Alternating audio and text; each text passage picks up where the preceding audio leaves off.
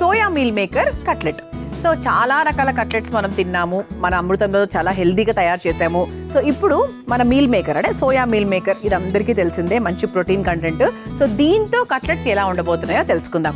మరి ముందుగా కావాల్సిన పదార్థాలు ఏంటో చూసేద్దాం. సోయా మీల్ మేకర్ కట్లెట్ తయారు చేసుకోవడానికి కావాల్సిన పదార్థాలు: నానబెట్టుకున్న సోయా 1 కప్పు, ఉడికించుకున్న బంగాళదుంపలు 1, అల్లం పచ్చిమిర్చి పేస్ట్ 1 టేబుల్ స్పూన్, కారం 2 టేబుల్ స్పూన్లు, ధనియాల పొడి 1/2 టేబుల్ స్పూన్, గరం మసాలా పొడి 1/2 టేబుల్ స్పూన్, ఆమ్చూర్ పొడి 1/2 టేబుల్ స్పూన్, పసుపు 1/2 టేబుల్ స్పూన్, ఉప్పు తగినంత, ఉల్లికాడలు 1 కప్పు, కరివేపాకు కొద్దిగా, కొత్తిమీర కొద్దిగా, చిల్లీ ఫ్లేక్స్ 1 టేబుల్ స్పూన్, కీరా ముక్కలు 1/2 కప్పు, క్యాబేజ్ తరుగు 1/2 కప్పు, టొమాటో ముక్కలు 1/2 కప్పు, పెరుగు 1 కప్పు, నూనె 1/2 cup. Soya meal maker cutlet తయారు చేసుకోవడానికి కావాల్సిన పదార్థాలన్నీ కూడా రెడీగా ఉన్నాయి. ఇక్కడ మనము మీల్ మేకర్ ని ముందుగానే కాసేపు నానబెట్టాం. ఒక 15 నిమిషాల పాటు వేడి నీళ్ళలో నానబెట్టుకుంటే సరిపోతుందండి. మామూలు నీళ్ళలో అయితే ఒక 20 నిమిషాలు, 15 to 20 minutes, పెద్ద టైం కూడా పట్టదు. సో ఇక్కడ మనము సోయా అంటే ప్రోటీన్. శాకాహారం తినే వాళ్లకు బెస్ట్ సోర్స్ ఆఫ్ ప్రోటీన్. కానీ థైరాయిడ్ ఉన్న వాళ్ళు ఏంటి కొంచెం తక్కువగా తినాలి అని చెప్తూ ఉంటారు. తినద్దు అని చెప్పట్లేదు, తక్కువగా తినాలి అని చెప్తారు. అంటే మరి ఎక్కువగా తినకూడదు అనమాట. సో ఇది మనకి డయాబెటీస్ ఉన్న వాళ్లకు చాలా మంచిది. అలాగే బరువు తగ్గాలనుకుంటున్న వాళ్లకు చాలా చాలా మంచిది. అలాగే మనకు పౌష్టికాహారం అంటే పౌష్టికంగా ఉండాలి అంటే కడుపు నిండుగా ఉండాలి, మంచి పవర్ రావాలి, ఎనర్జీ రావాలి అనుకుంటే కూడా మనకు సోయా చాలా బాగా హెల్ప్ చేస్తుంది. సో సోయాతో చాలా మంది పులావ్ తయారు చేసుకుంటారు, గ్రేవీ కర్రీస్ తయారు చేసుకుంటూ ఉంటారు, కూరలు తయారు చేసుకుంటూ ఉంటారు. సో ఈ రోజు ఏంటి అంటే మనం కట్లెట్స్ తయారు చేసుకుందాం. బికాస్ మంచి ఫైబరు, ప్రోటీన్ ఇవన్నీ ఉంటాయి కాబట్టి పిల్లలకు కూడా చాలా హెల్దీ, అలాగే వాళ్ళు ఇష్టంగా తింటారు కూడా. సో ఫస్ట్ మనం ఏం చేద్దామంటే ఒక మిక్సింగ్ బౌల్ తీసుకుందాం.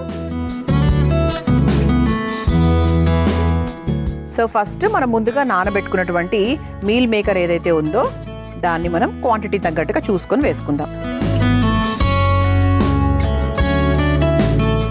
ముందుగా ఉడికించుకొని పెట్టుకున్నటువంటి బంగాళదుంప ముక్కల్ని కూడా వేసేసుకుందాం. ఆ తర్వాత దీంట్లో కాస్త అల్లం పచ్చిమిర్చి పేస్ట్ కారానికి తగ్గట్టుగా నేను ఒక 2 స్పూన్స్ తీసుకున్నాను. ఆ తర్వాత ఇందులో కాస్త ధనియాల పొడి, ఆ తర్వాత కాస్త ఆమ్చూర్ పౌడర్,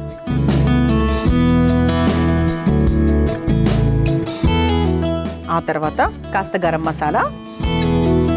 అంటే కొంచెం మనకు కట్లెట్స్ అంటే కాస్త స్పైసీగా కాస్త చట్పట్ టేస్ట్లో ఆలోచిస్తాం కదా, అలా అన్నమాట.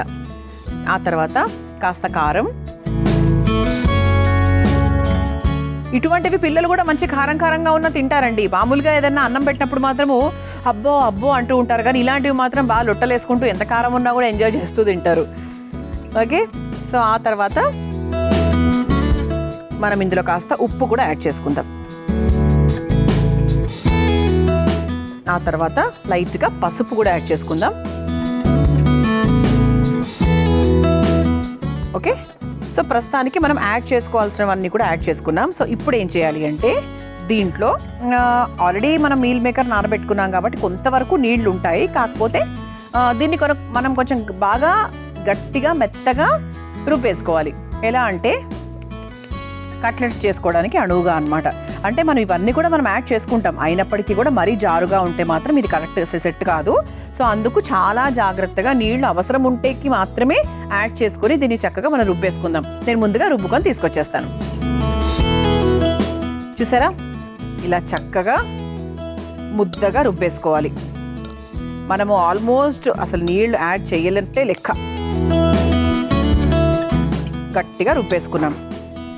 సో ఇప్పుడు ఇందులో ఏమేమి యాడ్ చేసుకుంటున్నాము అంటే చెప్తాను క్లియర్గా, ఒకసారి చూసుకోండి. కరకరలాడుతూ ఉండడానికి చక్కగా క్యాబేజ్ తురుము చూసుకొని యాడ్ చేసుకోండి క్వాంటిటీని బట్టి, బికాస్ చాలా ఉన్నాయి కదా, మరి ఓవర్గా ఏది అవ్వకుండా. ఆ తర్వాత సన్నగా తరుక్కున్న కీరా ముక్కలు, ఆ తర్వాత సన్నగా కట్ చేసుకున్న టొమాటో ముక్కలు, అలాగే సన్నగా తరుక్కున్న ఉల్లికాడలు, ఆ తర్వాత సన్నగా కట్ చేసుకున్న కరివేపాకు, ఇవన్నీ వేసుకొని ఇందులో ఇంకొంచెం ఉప్పు యాడ్ చేసుకుందాం. ఎందుకంటే ఇంతకుముందు మనము దానికి తగ్గట్టుగానే వేసాం కదా, ఇంకొంచెం మన కూరగాయలు కూడా వేసాం కాబట్టి సో ఈ ముక్కలకు తగ్గట్టుగా కూడా మనం వేసుకొని ఒకసారి బాగా మిక్స్ చేసుకుందాం. ఈ మిక్స్ చేసేలోపు మనం ఏం చేద్దాము, ఇటువైపు బాండీ కూడా వెలిగించేసుకుందాం. నూనె పోసుకొని అది వేడవుతూ ఉంటుంది కాబట్టి ఈ లోపు మనం చక్కగా మిక్స్ చేసుకోవచ్చు. టైం సేవింగ్ అనమాట. హార్డ్ వర్క్తో పాటు మనము డెఫినెట్గా కొన్ని సందర్భాల్లో స్మార్ట్ వర్క్ కూడా చెయ్యాలి కదా.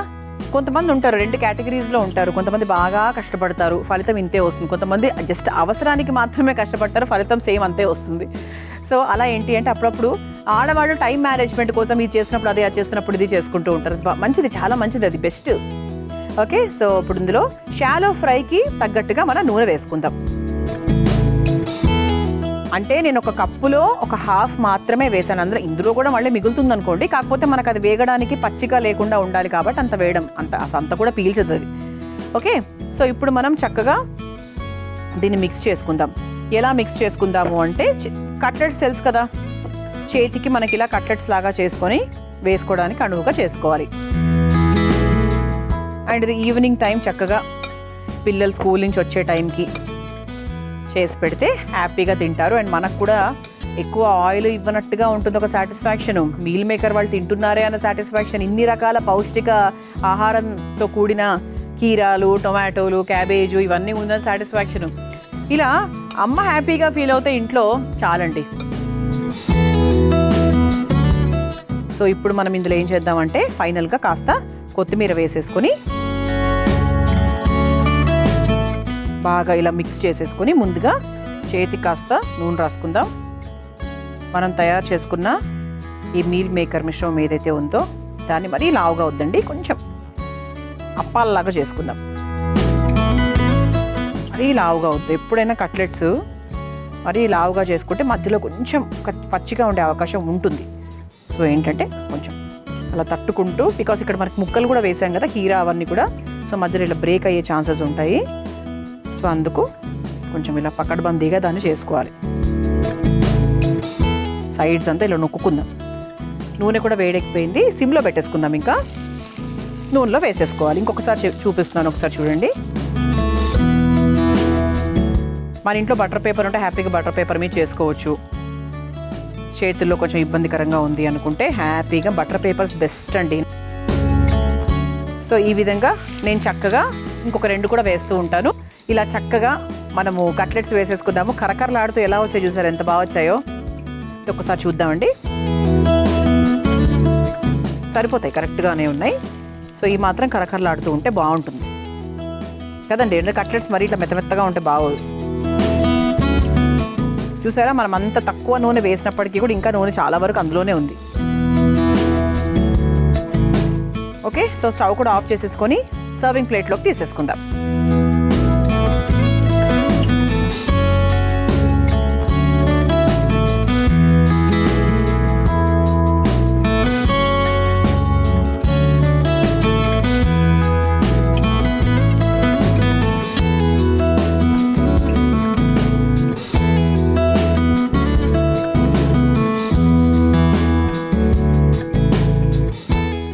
కరకరలాడుతూ వచ్చాయి. అయితే ఇక్కడ ఒక చిన్న విషయం చెప్తానండి మీకు. సో దీనికి కాంబినేషన్లో ఒక చిన్న రైతా లాగా, సింపుల్ రైతా లాగా చేస్తున్నాను. అంటే మన గుమ్మడి రైతా అంత పెద్దది కాదు, వెరీ సింపుల్.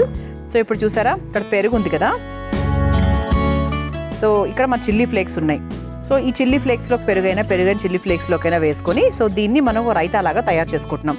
సో ఇదే బౌల్లో వేసేద్దాము. సో చిల్లీ ఫ్లేక్స్ ఇందులోనే ఉన్నాయి కాబట్టి ఇందులో కాస్త పెరుగు యాడ్ చేసుకుందాం.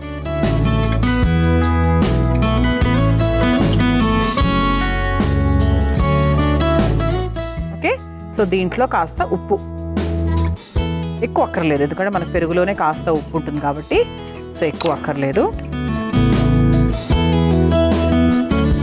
దీన్ని చక్కగా ఇలా అందంగా దీంతో పాటు టేస్ట్ చేసుకోవచ్చు అన్నమాట.